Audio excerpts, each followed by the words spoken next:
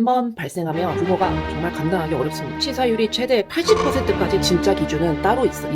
이렇게 강하게 흔들면 이거는 분유 문제가 아닙니다. 저는 쌍둥이 부모인데 출생 당시 한 아이는 정상 체중으로 태어났는데 한 아이가 1.9 저체중아로 태어났어요.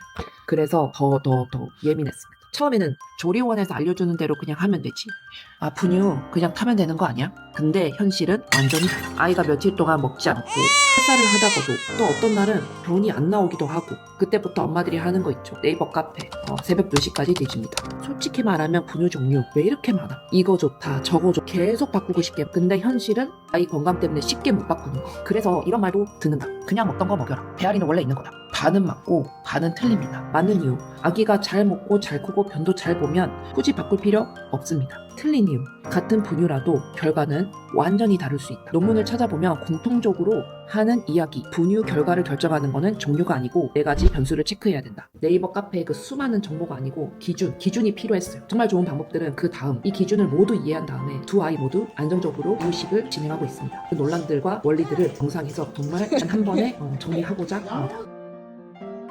일단 첫 번째, 분유 온도 논란입니다. 70도냐 40도냐. 분유를 검색하다 보면 누구는 70도 미만은 위험하다고 하고 또 40도로 타는 거는 문제 없었다고 합니다. 그래서 기준이 없어 보이고 이게 맞는 건지 아닌 건지 더 불안해지는 겁니다. 물을 70도 이상으로 유지해야 되는 이유는 따로 있습니다. 이 논란의 핵심은 분유가 아닙니다. 바로 세균입니다. 특히 사가자키균. 이 균은 40와 50도 사이에서는 죽지 않고 오히려 증식하기 좋은 환경이 될 수 있습니다. 하지만 70도 이상이 되는 순간 사멸하기 시작합니다. 하지만 여기서 가장 중요한 사실, 감염 확률 자체는 매우 낮다는 점입니다. 문제는 한번 발생했을 때입니다. 치사율이 최대 80%까지 나타날 수 있습니다. 즉 자주 발생하는 문제가 아니지만 한번 발생하면 부모가 정말 감당하기 어렵습니다. 또는 분유를 위한 온도가 아니고 아기 건강을 위한 최소한의 안전 기준입니다. 그러면 여기서 하는 생각, 깨끗한 생수를 사서 40도로 분유 타서 쓰면은 균점 없지 않을까? 라는 생각은 대부분 한 번쯤 저 같은 사람은 귀차니즘에 의해서 해보는데요. 하지만 여기서 놓치는 우리의 본질이 있습니다. 균은 물에만 있는 게 아닙니다. 핵심은 분유 가루 자체가 멸균 제품이 아니라는 겁니다. 제조 공정이나 개봉 후 보관 과정에서 균이 유입될 수 있습니다. 70도 이상에서 물을 붓는 이 행위는 단순히 물을 소독하는 개념이 아니라 물과 분유 가루 그리고 젖병 전체를 동시에 살균하는 과정입니다. 생수를 사용하더라도 70도를 거치지 않으면 분유 속 가루에 존재하는 균은 그대로 살아남을 수 있습니다. 그러면 최종 정리해보겠습니다. 100도는 물 속 세균을 제거하기 위해서 끓일 때 필요한 온도입니다. 70도는 분유 가루 속 세균을 죽이면서 영양 손실을 최소화하는 조제 기준의 온도입니다. 40도는 적정 섭취 온도, 아기가 화상을 입지 않고 거부감 없이 즉시 먹을 수 있는 가장 이상적. 근데 이론은 알겠지만 실제로 아기가 울기 시작하면 우리 어때요? 70도로 타고 식힐 여유가 없죠? 현실적인 방법은 먼저 70도 물의 양의 일부만 넣고 분열을 완전히 녹여서 가루 속 균을 1차로 제거를 합니다. 후 나머지 미리 식혀둔 물을 채우면 바로 수유할 때 사용할 수 있는 온도가 됩니다. 핵심은 단순합니다. 물이 아니라 가루를 기준으로 생각해야 그래서 어떤 물을 쓰던 최소 한 번은 70도를 거쳐야 한다는 원칙이 매우 중요합니다. 그리고 마지막으로 한 가지, 저는 우리의 40도로 타도 아무 문제 없었는데요.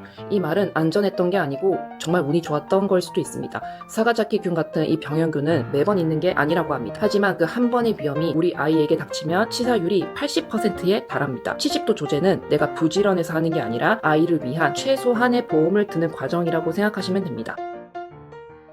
우리가 먹이는 이 가루 분유 완전히 멸균 제품이 아닙니다. 아기 먹는 건데 당연히 멸균일 거라고 생각하기 쉬운데요. 하지만 이거는 제조 문제나 관리 부족이 아니고 영양을 지키기 위한 제조사의 구조적인 한계입니다. 제품명 영양 성분, 소비 기한 이런 건 다 들어있다. 근데 여기 어디에도 멸균, 비멸균 없다. 이건 빠진 게 아니다. 구조다. 국내 기준에서도 멸균 여부는 의무 표시 항목에 포함되어 있지 않다. 그래서 제품에는 대신 이런 게 강조된다. 위생적으로 조지하세요. 끓인 물 사용. 분유에는 단백질과 비타민처럼 열에 민감한 영양소들이 많습니다. 만약에 세균을 완전히 제거하기 위해서 고온 멸균을 해버리면 영양소가 크게 파괴됩니다. 그래서 제조 과정은 영양 보존과 안전 사이에서 균형을 맞추는 방식으로 설계가 되어 있습니다. 하는 게 아니고 영양 때문에 하지 않는 영역이라고 합니다. 많은 사람들이 물을 끓였으니까 40도로 타도 안전하다고 생각하는데 물은 깨끗할지언정 문제는 분유 가루가 될 수 있습니다. 분유 가루에는 극소량의 세균이 존재할 수 있고 40도에서는 이 세균이 죽지 않습니다. 오히려 오히려 생존하거나 증식할 수 있는 환경이 될 수 있습니다. 앞단에서 보셨죠? 즉 물은 깨끗할지언정 가루 속 세균을 처리하는 마지막 단계가 40도가 되면은 빠지게 되는 겁니다. 그래서 국제 가이드라인에서는 70도 이상의 물을 사용하라고 권하기도 하죠. 면역력이 약한 초기 영아라면 이 기준이 더 중요합니다. 처음에는 왜 완벽한 제품이 아닌지 이해할 수가 없습니다. 하지만 구조를 알면 답이 보입니다. 제품은 영양을 담당합니다. 안전의 마지막 한 단계는 부모가 완성하는 겁니다. 모르고 40도로 탔다고 자책할 필요도 없고 지금 알았으면 그걸로 충분합니다. 분유를 탈 때 이제 거품을 섞으려고 막 흔들게 되면은 바텐더처럼 너무 씩깃돼가지고 불안해진 적 되게 많죠. 새벽에 울면은 아까 그 흔든 게 원인인가 싶어서 좀 자책을 하게 되는데요. 결론부터 말하면 이거는 위험의 문제가 아닙니다. 이거는 불편의 차이입니다. 젖병을 세게 흔들면 공기가 섞입니다. 이거는 물리적으로 뭐 당연한 결과죠. 중요한 건 얼마나 흔드냐입니다. 예를 들어서 이렇게 강하게 흔들면 뭐 이런 사람은 없겠지만 강하게 흔들면 거품의 비율이 약 5%에서 10%까지 올라갑니다. 그리고 부드럽게 굴리게 되면 1%에서 3% 수준입니다. 이 공기를 아기가 삼키게 되면 위장 내 공기량이 늘어납니다. 그 결과 트림이나 가스 폭포 팽만이 생길 수 있습니다. 이거는 질병이 아닙니다. 공기에 의한 생리적인 어떤 불편 요소입니다. 그런데 여기서 중요한 포인트가 있습니다.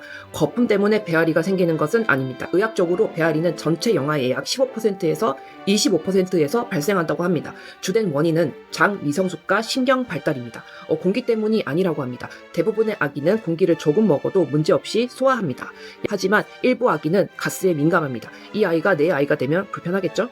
이 경우 거품이 불편을 더 키우는 요소가 됩니다. 즉 거품은 원인이 아니라 변수입니다. 이제 방법은 굉장히 간단합니다. 첫 번째, 세게 흔들지 않는다. 손바닥 사이에서 부드럽게 비비는 방식이 가장 안정적입니다. 두껍게 흔들었을 때 두 번째, 거품이 많다면 30초간 기다리자. 공기량이 줄어듭니다. 세 번째, 아주 중요한 기준의 요소가 있는데요. 분수토, 열, 체중 증가 이런 증상이 있다면 그것은 거품 문제가 아닐 수도 있습니다. 그럴 때는 바로 전문가의 판단이 필요합니다.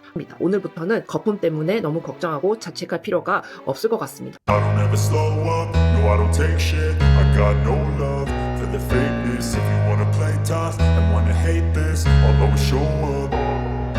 I don't ever slow up, no I don't take shit. I got no love for the fakeness. If you wanna play tough and wanna hate this, I'll always show up and make a statement. I don't ever slow up, no I don't take shit. I got no love for the fakeness. If you wanna play tough and wanna hate this, I'll always show up and make a statement. Everything I do so instinctive and so passionate. Every word I move so descriptive like an adjective. I got a vendetta against people who patented being negative when you should be getting after it. I got facts over tracks, this and that. Spitting slow, spitting fast. I could roast, I could gas. Think I'm okay at last, but I don't know if that can erase all the past. And the pettiness, a reflection of the emptiness. Hilarious, you think you're worth my time, you're delirious. Mysterious, because you hide behind a fake exterior. Inferior, you know I'll always be a bit superior. Get off of me, this ain't no humble brag. I want you to hear words, you can say them back. I want you to feel free from the chains at last, and to believe in what you got, it was built to last, yeah. Now that I've been put through hell, I never got anyone's help. I had to do it all myself. I don't ever slow up, no I don't take shit. I got no love for the fakeness. If you wanna play tough and wanna hate this, I'll always show up and make a statement. I don't ever slow up, no I don't take shit. I got no love. 기준이다. 농도, 공기, 온도 이 세 가지가 안 맞으면 아기는 귀신같이 알아채고 반응합니다. 수많은 논문이 증명하는 팩트인데 정작 육아 현장에서는 이 기준을 지키기가 굉장히 어렵습니다. 아니 못하는 게 당연합니다. 그러면 도대체 어떻게 해야 말하는 완벽한 분유 수유를 할 수 있나? 사람의 손을 빼주면 됩니다. 그래서 제가 선택한 시스템은 단순히 분유를 타주는 기계가 아니라 그동안 우리가 지키지 못했던 농도, 온도, 공기라는 이 세 가지 조건을 단 10초 만에 0%의 오차 없이 구현해내는 바로 베이비 브레자입니다. 이거를 도입하고 나서 분유 타는 사람에서 아기에게 집중하는 엄마로 바뀔 수 있었습니다. 완벽한 분유를 만들어서 내 아이를 건강하게 만들고 싶거나 지금 당장 새벽 수유의 고통에서 좀 벗어나고 싶다면 아래 링크에서 확인해주세요. 왜 다들 육아의 필수 아이템이라고 부르는지 영상에서 확인이 바로 가능합니다.